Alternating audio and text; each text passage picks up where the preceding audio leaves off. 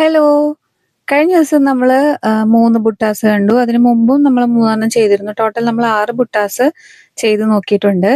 ഇന്ന് നമുക്ക് ലീഫ് ഡിസൈന് നമ്മള് 3 different type of leaf designs ആണ് ചെയ്യാൻ പോകുന്നത്. നേരെ നമുക്ക് വീഡിയോയിലേക്ക് പോവാം. സ്ട്രെയിറ്റ് ആയിട്ടുള്ള പാറ്റേൺസീന്ന് ഡിഫറന്റ് ആയിട്ട് നമ്മള് ഇങ്ങനത്തെയുള്ള ഡിസൈൻസിലൊക്കെ ഇതിലും ആന്റിക് ഷുഗർ ബീഡ് തന്നെയാണ് യൂസ് ചെയ്യുന്നത്. അപ്പൊ നമ്മള് ഓരോ ബീഡ്സോ അല്ലെങ്കിൽ 2 ബീഡ്സോ എടുക്കാതെ ചെരിച്ചുള്ള ഡിസൈനാണ് ലീഫ് പോലെ ലീഫ് ഷേപ്പിലാണ് ചെയ്യുന്നത്. അപ്പൊ നമ്മൾ 4 എണ്ണം ഷുഗർ ബീഡ്സ് ഇതുപോലെ എടുത്തതിന് ശേഷം ചെയിൻ സ്റ്റിച്ച് ഇട്ട് ഒരു ലോക്ക് സ്റ്റിച്ച് ഇട്ടതിന് ശേഷം തൊട്ട് താഴെ ആ ഒരു ലൈൻ അതിന്റെ തൊട്ട് ഒരു ബീഡ്സിന്റെ തൊട്ട് താഴെയായിട്ട് ഇങ്ങനെ ഇതുപോലെ ഈ നമ്മളെ വീഡിയോയിൽ കാണുന്ന പോലെ തന്നെ ഇതുപോലെ എടുക്കുക. വീണ്ടും 4 എണ്ണം അതുപോലെ തന്നെ ചെരിച്ച് വീണ്ടും ഒരു ചെയിൻ ഇട്ട് കൊടുത്തിട്ട് ലോക്ക് സ്റ്റിച്ച് ഇട്ടതിന് ശേഷം മേളിൽ കൊണ്ടുവന്ന് ഇതുപോലെ ചെയിൻ കൊടുക്കുക. അവിടെയും ഒരു ലോക്ക് സ്റ്റിച്ച് കൊടുക്കണം. ഒരു തവണയും കൂടെ സെയിം അതേ പ്രോസസ്സ് റിപ്പീറ്റ് ചെയ്യുക. ഇതുപോലെ 3 എണ്ണം ഇങ്ങനെ ഒരു സ്ലൈഡിങ് ഷേപ്പിൽ തന്നെ കൊടുക്കുക.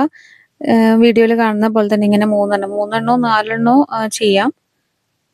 4 ബീഡ്സ് എടുത്തിട്ട് ഇതുപോലെ 3 തവണ ചെരിച്ച് ഇങ്ങനെ ചെയിൻ ഇട്ട് കൊടുത്തിട്ട് ലോക്ക് സ്റ്റിച്ച് ഇട്ടതിന് ശേഷം ലാസ്റ്റ് എൻഡ് നോട്ട് ഇട്ട് കൊടുക്കുകയാണ്.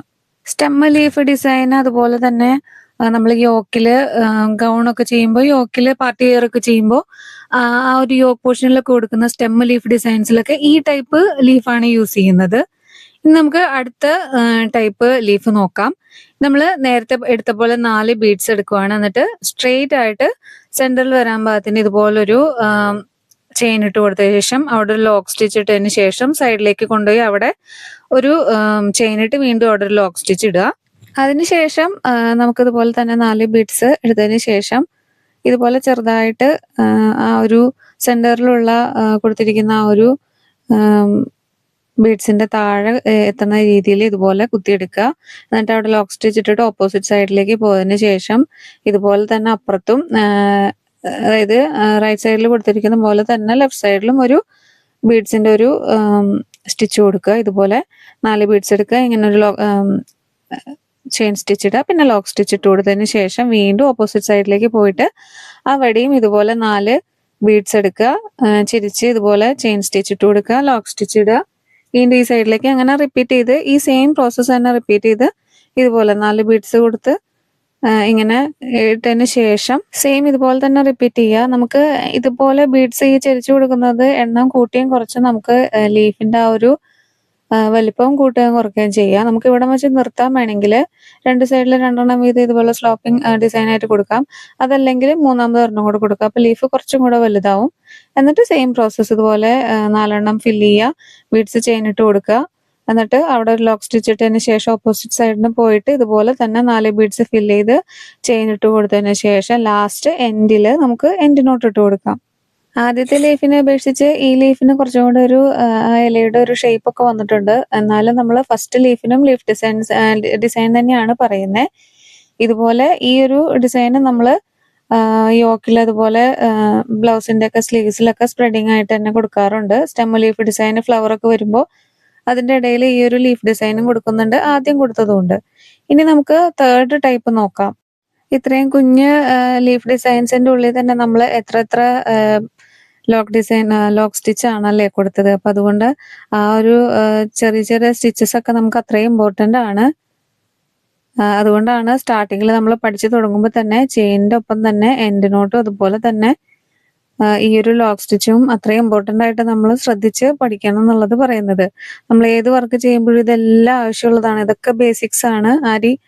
വർക്കിൽ ഇതെല്ലാം അതായത് ചെയിൻ സ്റ്റിച്ച് പോലെ തന്നെ പ്രാധാന്യമുള്ളതാണ് എപ്പോഴും ഈ ഒരു എൻഡ് നോട്ട് അതുപോലെ തന്നെ ലോക്ക് സ്റ്റിച്ച് ഒക്കെ കേട്ടോ. അതുകൊണ്ടാണ് നമ്മൾ പഠിക്കുക. അതായത് പ്രിലിമിനറി ആയിട്ട് നമ്മൾ ബേസിക് ആയിട്ട് പഠിച്ചു തുടങ്ങുമ്പോൾ തന്നെ ഇതെല്ലാം നോട്ട് ചെയ്ത് ശ്രദ്ധിച്ച് നമ്മൾ അത്രയും കെയർഫുൾ ആയിട്ട് പഠിക്കുവാണെങ്കിൽ നമുക്ക് പിന്നീട് വർക്ക് ചെയ്യുമ്പോൾ അത്രയും യൂസ്ഫുൾ ആയിരിക്കും. 3ാമത്തെ ലീഫ് ഡിസൈൻ നമുക്ക് ചെയ്യാം.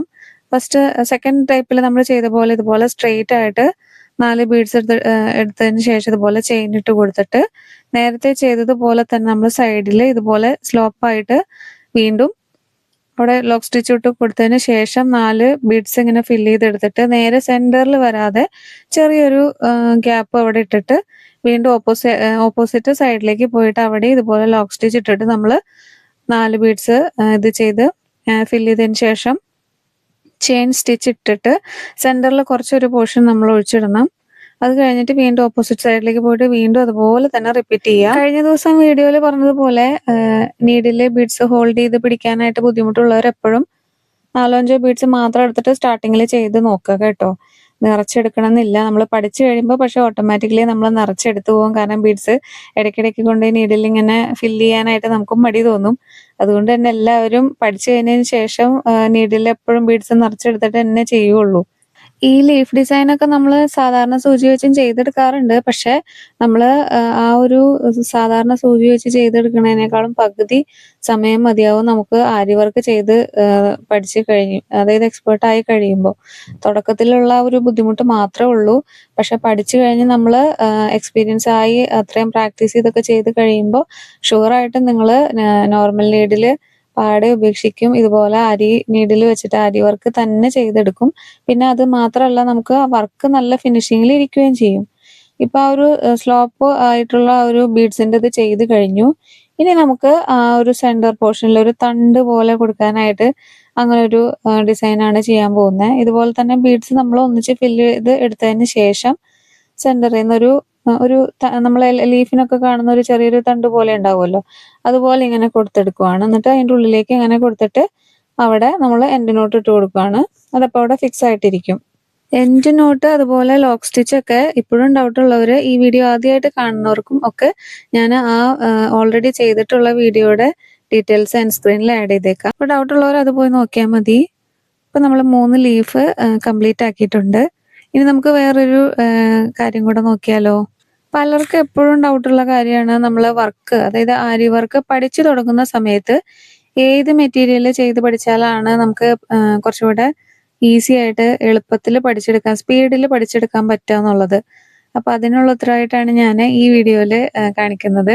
അപ്പോൾ ഞാൻ യൂസ് ചെയ്യുന്നത് ഈ ഒരു ടൈപ്പ് മെറ്റീരിയലാണ്. ഇത് നല്ല ബ്രീത്തബിൾ ആയിട്ടുള്ള മെറ്റീരിയലാണ്, ലിനൻ മെറ്റീരിയലാണ്.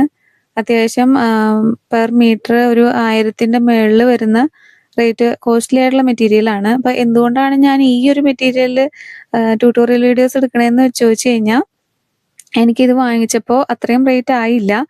കാരണം ഞാനിത് കട്ട് പീസ് ആയിട്ടാണ് വാങ്ങിച്ചത്. നമ്മൾ നേരെ നോർമലി നമുക്ക് വാങ്ങിക്കുമ്പോൾ ഏകദേശം 1500ന്റെ മുകളിൽ പെർ മീറ്റർ കോസ്റ്റ് വരുന്ന മെറ്റീരിയൽ അടുത്ത ഷർട്ടൊക്കെ സെയിൽ ചെയ്യുന്ന അവിടെ നമ്മുടെ എന്താ കണ്ടോ ഈ ഒരു കട്ട് പീസിനാണ് ഞാനെടുത്ത ഷർട്ടിങ്സ് മെറ്റീരിയലാണ്. ഇതുപോലെ ഷർട്ടിങ്സ് ഒക്കെ കൊടുക്കുന്ന ഷോപ്പുകളിൽ ഇത് ചോദിച്ചു കഴിഞ്ഞാൽ അവർ നമുക്ക് പറഞ്ഞു തരും. കട്ട് പീസ് ആയിട്ട് എടുക്കുവാണെങ്കിൽ 50 രൂപ. അപ്പോൾ 50 രൂപയ്ക്ക് നമുക്കിത് നല്ല എന്താ പറയുക, പോപ്ലിനൊക്കെ എടുക്കുമ്പോൾ എനിക്ക് തോന്നുന്നു അതിലും കൂടുതൽ വരും തോന്നുന്നു റേറ്റ്.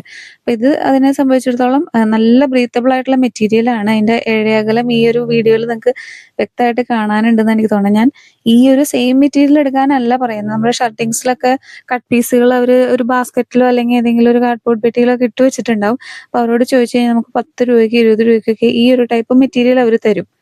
അവർക്കത് കളയാനുള്ള മെറ്റീരിയലാണ്. പ്രത്യേകിച്ച് കുഴപ്പമൊന്നും ഉണ്ടാവില്ലായിരിക്കും ആ മെറ്റീരിയലിന്. നമുക്കത് ചെയ്ത് പഠിക്കാനായിട്ട് എളുപ്പമാണ്. എല്ലാ ടൈപ്പും അല്ല, ഇതുപോലെ ഇഴകളുള്ള നമുക്ക് നോക്കിക്കഴിഞ്ഞാൽ കറക്റ്റായിട്ട് ഇതുപോലെ നൂല് തെളിഞ്ഞ് കാണാൻ പറ്റും. ഇങ്ങനത്തെ മെറ്റീരിയൽ എടുക്കുകയാണെങ്കിൽ നമുക്ക് നൂല് നീഡിൽ കൊളുത്തി വലിച്ചുള്ള ഒരു പ്രശ്നം ഉണ്ടാവില്ല. സ്റ്റാർട്ടിങ്ങിൽ തന്നെ നമുക്ക് പ്രത്യേകിച്ച് ടുലിപ്പ് നീഡിലൊക്കെ യൂസ് ചെയ്യുമ്പോൾ നമുക്ക് എന്താ പറയാ കുറച്ച് ഈസി ആയിരിക്കും. ഇതുപോലെ 50 രൂപ. അപ്പൊ ഇത് ഈ ഒരു മെറ്റീരിയൽ ആയതുകൊണ്ടാണ് 50 രൂപ. അല്ലാത്ത മെറ്റീരിയലൊക്കെ ആണെങ്കിൽ 10 രൂപ 20 രൂപയ്ക്കൊക്കെ എന്തായാലും നമുക്ക് നോർമലി നമ്മൾ മെറ്റീരിയൽ പഠിക്കാനായിട്ട് വാങ്ങുകയാണെങ്കിൽ അത്രയും കുറഞ്ഞ കോസ്റ്റിൽ നമുക്ക് എന്തായാലും കിട്ടില്ല. അപ്പൊ ഇതുപോലെയുള്ള ഒരു ടെക്നിക്ക് യൂസ് ചെയ്യാവുന്നതാണ്. ഇത് സുഖമായിട്ട് നമുക്ക് ഇതിൽ ചെയ്ത് പഠിക്കാൻ പറ്റും. നേരത്തെ ഒരു വീഡിയോയിൽ ഒരാൾ ഡൗട്ട് ചോദിച്ചിരുന്നു. അപ്പോൾ ആൾ ഈ വീഡിയോ കാണുകയാണെങ്കിൽ ഇതിന്റെ താഴെ ഒന്ന് കമന്റ് ഇട്ടേക്കണേ. നിങ്ങൾക്ക് ഈ ഒരു ടെക്നിക്ക് യൂസ് ചെയ്യാവുന്നതാണ്. പിന്നെ നമുക്ക് അടുത്തത് ടുലിപ്പിനെ കുറിച്ചും കൂടെ ഒന്ന് പറയാമെന്ന് വിചാരിച്ചു. അപ്പം ഞാൻ സ്റ്റാർട്ടിങ്ങിൽ എപ്പോഴും പറഞ്ഞിട്ടുണ്ടല്ലോ ടുലിപ്പ് നീഡിൽ യൂസ് ചെയ്തിട്ട് നമ്മൾ പഠിക്കണം എന്നുള്ളത്. എന്തുകൊണ്ടാന്ന് വെച്ചാൽ ഇതുപോലെ സ്മൂത്ത് ആയിട്ടുള്ള നീഡിലാണ്. അപ്പം നമുക്ക് ഇങ്ങനെ നൂല് ആദ്യത്തെ ട്രിപ്പൊക്കെ വലിച്ചെടുക്കാം. അതായത് ആദ്യം നമ്മൾ പഠിക്കുന്ന സമയത്തൊക്കെ വലിച്ചെടുക്കുമ്പോൾ സാധാരണ മറ്റേ നീഡിലുകളെ അപേക്ഷിച്ച് ഇത് കുറച്ചും കൂടെ സ്മൂത്ത് ആയതുകൊണ്ട് നമുക്ക് പഠിക്കാൻ എളുപ്പമായിരിക്കും. ബുദ്ധിമുട്ട് തോന്നുന്നത് ഞാൻ ഈ പറഞ്ഞ പോലെ ആ ഒരു ഫ്ലാറ്റ് ആയിട്ടുള്ള പോർഷനാണ്. ഇപ്പം എൻ്റെ കയ്യിലുള്ള നീഡിൽ ഞാൻ എപ്പോഴും യൂസ് ചെയ്യുന്നത് ഇങ്ങനെ നൂല് ചുറ്റി എടുത്തിട്ടുണ്ട്. നമുക്ക് വേണമെങ്കിൽ എങ്ങനെ നൂല് ചുറ്റിയെടുക്കാന്നൊക്കെ വേണമെങ്കിൽ ആരെങ്കിലും കമന്റ് ആയിട്ട് ഇടുവാണെങ്കിൽ അത് ചെയ്യാം. എല്ലാവർക്കും അറിയുന്ന കാര്യം തന്നെയാണ്. അങ്ങനെ അതിൽ പ്രത്യേകതയൊന്നുമില്ല. നൂല് ചുറ്റിയെടുക്കണേന് അങ്ങനെ വലിയ പ്രത്യേകതയൊന്നുമില്ല. അതുകൊണ്ടാണ് ഞാൻ പിന്നെ അത് ഒന്നും പറയാത്തത്. അങ്ങനെ നൂല് ചുറ്റിയെടുക്കണ എന്തിനാന്ന് വെച്ച് കഴിഞ്ഞാല്, ഈ വർക്ക് ചെയ്യുന്ന സമയത്ത് നമ്മളെപ്പോഴും നീഡിലിങ്ങനെ കറക്കിയെടുത്ത് ചെയ്യുവാണല്ലോ. അപ്പൊ ആ ഫ്ലാറ്റ് ആയിട്ടുള്ള ഭാഗം നമുക്ക് ഇങ്ങനെ കറങ്ങി വരാനായിട്ട് ബുദ്ധിമുട്ടായിരിക്കും. അപ്പൊ ആ ഒരു ബുദ്ധിമുട്ടില്ലാതെ നമുക്ക് ഫിംഗേഴ്സിന് ഒരു അത്യാവശ്യം ഗ്രിപ്പ്, നീഡിലും ഫിംഗേഴ്സും തമ്മിൽ അത്യാവശ്യം ഗ്രിപ്പ് കിട്ടാൻ വേണ്ടിയിട്ടാണ് നമ്മള് നീഡിൽ ത്രെഡ് അവിടെ ചുറ്റിയെടുക്കുന്നത്. സാധാരണ മെഷീൻ ത്രെഡും അതുപോലെ ആങ്കർ ത്രെഡൊക്കെ ചുറ്റിയെടുക്കണവരുണ്ട്. ഞാൻ സാധാരണ മെഷീൻ ത്രെഡാണ് ചുറ്റിയെടുത്തിട്ടുള്ളത്. ഇനിയിപ്പോ ആങ്കർ ത്രെഡും കൂടെ ഒന്ന് ചുറ്റിയെടുക്കണമെന്നുണ്ട്. പറ്റുവാണെങ്കിൽ ഒരു വീഡിയോ എടുത്തിട്ട് അതും കൂടെ വീഡിയോ ആയിട്ട് തന്നെ ചെയ്യാം. അത്രയൊക്കെ ഉള്ളൂ ഇന്നത്തെ വീഡിയോയില്. അപ്പോൾ എന്നും പറയുന്ന പോലെ ഇന്നത്തെ വീഡിയോ യൂസ്ഫുൾ ആയിട്ട് തോന്നുവാണെന്നുണ്ടെങ്കിൽ യൂസ്ഫുൾ ആയെന്നൊരു കമന്റ് ഇടുക. വേറെ എന്തെങ്കിലും കുറച്ചുകൂടെ ഡീറ്റെയിൽഡ് ആയിട്ട് ആഡ് ചെയ്യണം, അല്ലെങ്കിൽ ഇത്ര പോരാ, വേറെ എന്തെങ്കിലും കുറച്ചുകൂടെ ഒരു ക്ലാരിറ്റി വേണം എന്നൊക്കെ പറയുകയാണെങ്കിൽ ഞാൻ അതും ചെയ്യാം. നിങ്ങളുടെ ഒരു അഭിപ്രായം അറിഞ്ഞാലാണ് എനിക്കതൊക്കെ പ്രോഗ്രസ് ചെയ്യാൻ പറ്റുള്ളൂ. അത്രേ ഉള്ളൂ. അപ്പോൾ താങ്ക് യു.